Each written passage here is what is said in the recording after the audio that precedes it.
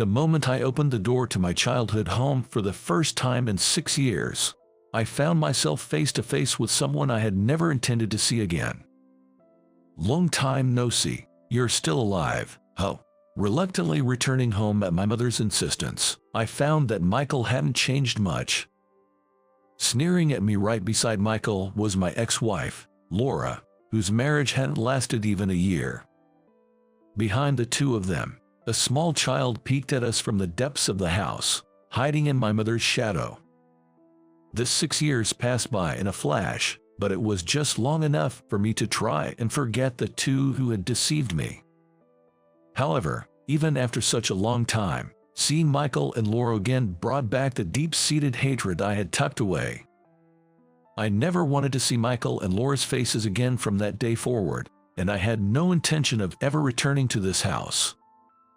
I only came back this time because I was surprised by my mother's unusually fervent plea, begging me to come home in a raised voice, and I wanted to know why. I had no intention of staying long. I planned to hear her out at the entrance and then leave immediately. As I was ignoring Michael's mocking tone, the situation took a sudden turn when an unfamiliar man appeared. After hearing what the man had to say, Michael and Laura's faces turned pale, unlike mine, which was simply stunned.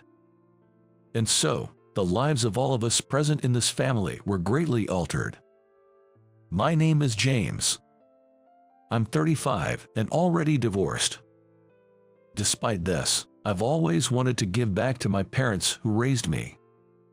So, having always been good at studies, I graduated from a top university and then joined a major corporation closely related to my family's business.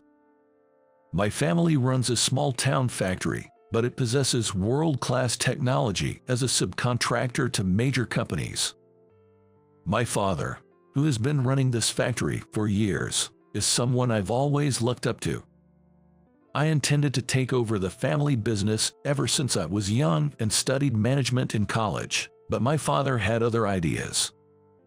Still, I decided to work for the major corporation that contracts us as a subcontractor to support the family business. I was filled with hope that this would help protect our family, and embarked on a new life as a working adult. However, my father is a true craftsman and leads a life centered around his work. Of course, I have no memories of being taken anywhere during summer vacations or holidays. But that was fine by me. However, my twin brother Michael was always different, constantly complaining to our parents. Michael, who dropped out of high school, neither worked part-time or helped with the family business, and spent his days in excessive freedom, often going out. Even during high school and university, I worked part-time to not trouble our parents, but Michael would mock me with a sneer. "Why so serious? It's super uncool how hard you're trying." Michael and I never got along well since we were kids. He was always belittling me. Thinking it was a waste of time to engage with him, I continued to ignore Michael. While my mother worried and scolded Michael, her words felt shallow, almost as if she was detached from the situation. She would express concern for me too, but it was always in a non-committal way. "James, you're working hard every day, it's tough, but well, yeah, I'm supporting you." My mother, always vague and unclear in her intentions, felt neither like an enemy or an ally to me. Michael, even past 20, remained unchanged, frequently going out at night and returning home at dawn. He would sometimes take clothes and accessories from my room without permission, but getting angry was pointless. Surrounded by a family I couldn't rely on, my stress only accumulated. Once I got used to working and felt settled in my job, I decided to marry Laura, whom I had been dating since high school. Laura was different from my indecisive mother. Laura's straightforward nature, always telling things as they are, helps clear my hesitations. At that time, I believed marrying Laura was necessary for my life. Moving out of my parents' house upon marriage, Laura and I started our life together in a small apartment, but things didn't go smoothly. The reason was that, on top of both of us working, Laura was not good at household chores. Initially, I thought I could handle the chores, but as work became busier, household matters were inevitably neglected. 2 months into our marriage, I readily agreed to Laura's suggestion, and we ended up moving back to my parents' house. My mother and Laura got along well, and my mother was in favor of us living together. The only concern was Michael. It's not that Michael and Laura didn't get along. I was worried that Michael, who mocked us for working hard, would ridicule us. Living with Michael, who was a part-time worker and always out having fun, was honestly something I was opposed to. After moving back in with my family, my expectations for a promotion were met with frequent business trips, both domestic and international, leaving me away from home quite often. I worried every time I left that Laura might end up having to deal with troublesome matters because of Michael's freewheeling nature. Upon returning from long trips, I made it a point to rush home, but it seemed Laura managed to skillfully avoid any major issues with Michael.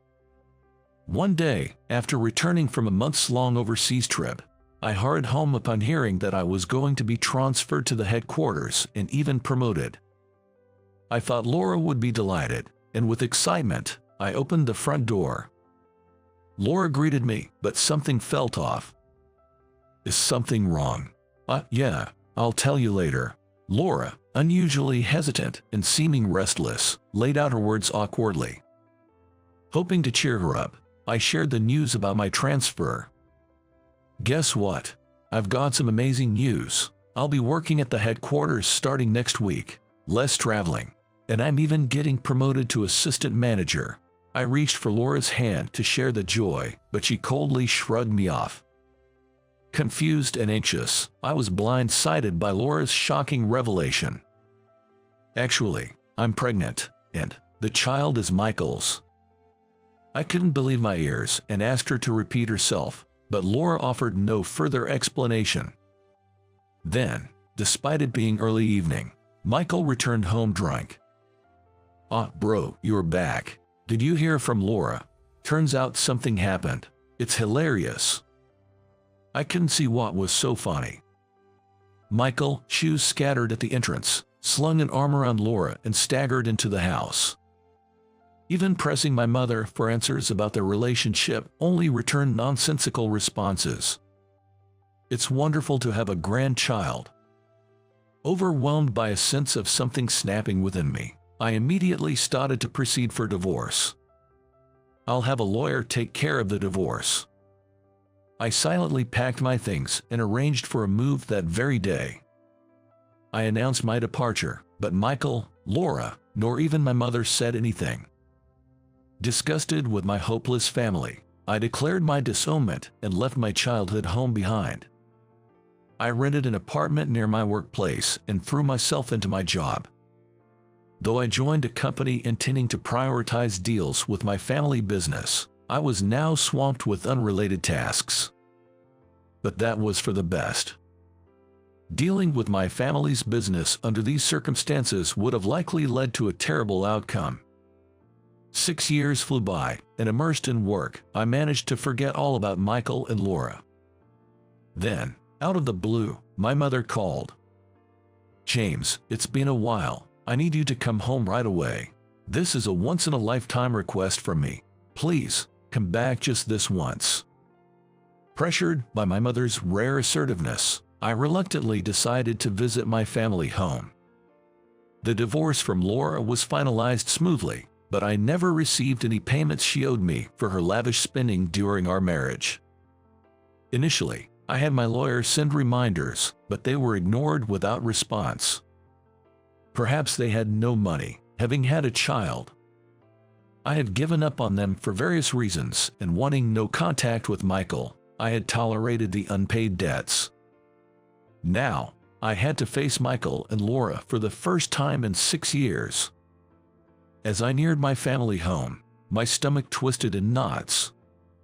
Forcing my heavy legs to move, I reached the entrance and was met by Michael's smirking face, unchanged from the past. "Long time no see, you're still breathing, huh?" Compelled by my mother's forceful words to return, I found Michael, still living at home, was the same as ever in many ways. Beside Michael, Laura, unrecognizable from 6 years ago, mocked me with a similar smirk. Facing them again, the hatred I had buried deep inside seemed to resurface. Then, from behind Michael, I noticed an unfamiliar child peeking from the depths of the house. Probably Michael and Laura's. As Michael made light remarks, my mother, holding the child, intervened to stop the conversation. I hate to say this, but your father collapsed 3 days ago and is now hospitalized. Hearing my mother's words, I was shocked to the point where it felt like my heart might stop. But I wasn't the only one taken aback. For some reason, even Michael and Laura, who were supposed to have been living at home all this time, looked surprised. "What are you talking about, Mom? I haven't heard anything like this. What's going to happen to my life if Dad's not around?" Michael, panicking, grabbed our mother's clothes forcefully and began to shout. Laura, standing right beside him, looked worried but merely watched the exchange between Michael and our mother. It's clear now that these two are only concerned about their own lives. Since hearing my mother's words, there has been no word of concern for my father's condition from either Michael or Laura. Frightened by Michael's aggressive blame, our mother, gasping for breath, tried to talk about my father. But Michael was only piling on words about how his own life would be affected, not about our father. Realizing this conversation was going nowhere, I took a deep breath and grabbed Michael's arm to let our mother speak about my father. "Michael, cut it out." Michael glared at me as I intervened. Then, a man in a suit approached us. "Excuse me, my name is Robert, and I'm the factory's retained lawyer." We were all taken aback by this unexpected visitor. Releasing Michael's arm, I accepted the business card he offered and looked back and forth between the name written on it and the man's face. I had met Robert a few times before, a long time ago. Robert was a lawyer my usually stern father trusted enough to share a laugh with. He was the one who had handled my divorce mediation with Laura. My flustered mother sought Robert's help, almost fleeing from Michael. Standing still at the entrance, Robert began to discuss the main reason for my summons here today. "I am here today at your father's request to meet with you, James. You are to inherit the full authority over this factory. Here are the documents related to the succession, and I would like to have you sign and explain them in the factory's conference room." This was completely unexpected. According to Robert, my father had been planning to pass the factory onto me for some time. However, he had been preparing, such as hiring more employees and acquiring new equipment, to make the transition easier amid the factory's busy operations. My father had become ill from the stress of his busy life and had been hospitalized. "So, James will be taking care of me from now on. Aha, I'm counting on you, big bro." Michael, suddenly in a good mood, lightly patted my shoulder with his usual smirk. Robert then started to speak to Michael about another matter. "By the way, Michael, and your family are behind on the payments you were ordered to make to James, right? So, you are obligated to pay the overdue in full." Hearing about the payment arrears, Michael glared at Robert and grabbed his tie forcefully. "That's irrelevant now, isn't it? Besides, my big bro won't complain even if I don't pay, so it shouldn't be a problem if I don't pay, right? Are you misunderstanding something? And do you intend to commit more offenses? The president, your father, has said that anyone who does not fulfill their obligations must leave this house. This is also my house, so it's ridiculous to say I should be kicked out. Separation of households has been completed for your family, depending on the circumstances. Just being in this house could constitute trespassing for you." Michael, confused and intimidated by Robert's calm explanation, looked back and forth between me and our mother in bewilderment. Laura, realizing the gravity of the situation, became disconcerted and collapsed onto the floor, clutching her head. As I looked at them with disdain, my mother, unusually, started yelling at Michael. Do you realize how much trouble you've caused your son Jacob? Do you know how much suffering you've brought upon our family because of your actions? This is an order from your father, so please leave immediately." I was surprised by my mother's yelling, something I had never heard before. Shrinking under our mother's fury, Michael sat down, pale-faced and unable to move. The reason my mother was so angry, on top of what Robert shared about my father's feelings, was because my nephew Jacob had been living a miserable life. The story my mother told next left me beyond shocked and utterly dismayed. Michael continued his usual behavior, not working, squandering large sums on gambling and alcohol, and accumulating significant debt. Laura, fed up with Michael, did not want to take care of Jacob and started working part-time, using the money to go out. Ultimately, it was my mother who had been looking after Jacob all this time. Growing up in such an environment, Jacob never grew close to his parents, Michael and Laura. With my father constantly away for work and only home to eat or sleep, Jacob essentially lived with just my mother. According to Robert, my father had been concerned for Jacob but had never been involved in child rearing due to his work, so he didn't know how to interact with his beloved grandson. Indeed, it seemed only natural that Michael and Laura would be disowned by my father. Michael, confused and intimidated by Robert's calm explanation, looked back and forth between me and our mother in bewilderment. Not fully understanding the situation, Michael signed the documents as instructed by Robert. Forced to leave, Michael and Laura were packing their belongings and trying to take Jacob with them against his will, showering him with harsh words. "If it's too hard to raise Jacob, I can continue to take care of him as I have been." Trying to calm Michael down as he forcefully pulled on Jacob's arm, my mother's attempt had the opposite effect.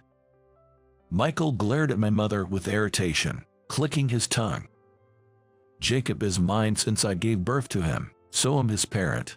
Besides, children can be quite convenient, you know. It's all about how you use them. Just use the right tools for the right jobs." Laura, hinting at some malicious intent, picked up the crying Jacob. Until the very end, Michael and Laura glared at my mother and me before disappearing. I returned to the company, and after several discussions with the executives, I decided to take over the family business. I was concerned about the management of the family business, but it was in better shape than expected, and my share was even better than what I earned as an assistant manager in a large corporation. The employees welcomed me as if they had always known this would happen, and I quickly became accustomed to the factory. A few days after I returned home, I was startled by a knock on the door in the middle of a cold night.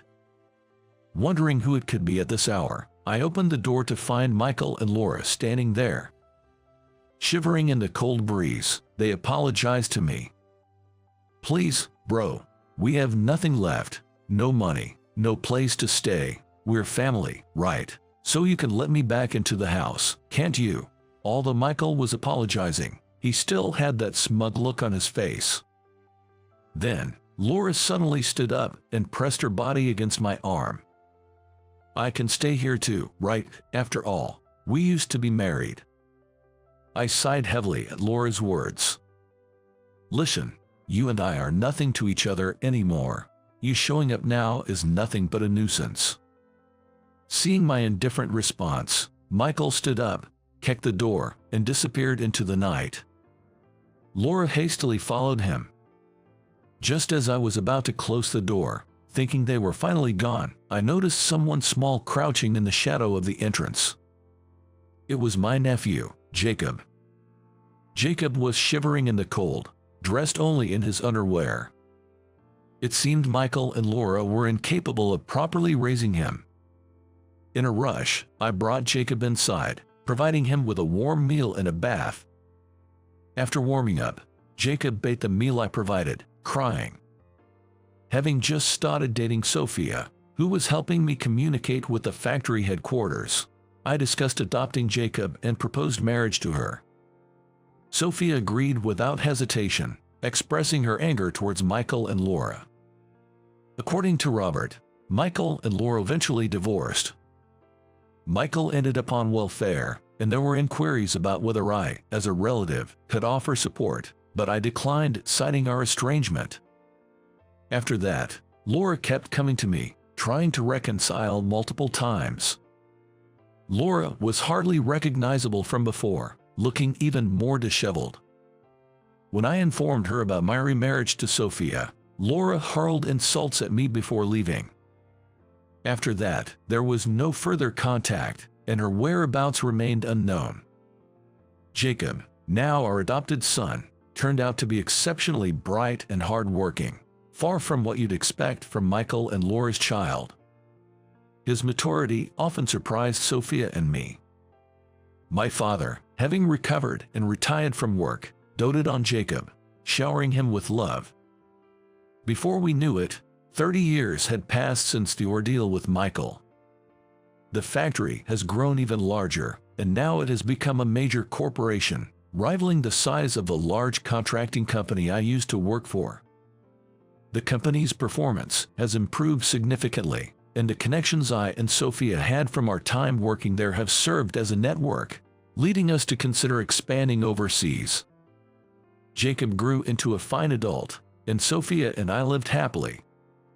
When Jacob, nearly my age when I took over the factory, expressed his desire to inherit the business, I was overjoyed to tears. However, Jacob mentioned feeling guilty about suddenly taking a high position, not wanting to overshadow the employees who had worked hard over the years. Watching Jacob grow as he started working at the factory's headquarters has been my greatest joy. He continued to excel and earn promotions on his own, making me proud. Despite the hardships caused by Michael and Laura, I'm grateful they brought Jacob into the world. Without him, the factory I inherited might not have survived. So, in a way, I owe them thanks for allowing me to continue my father's legacy.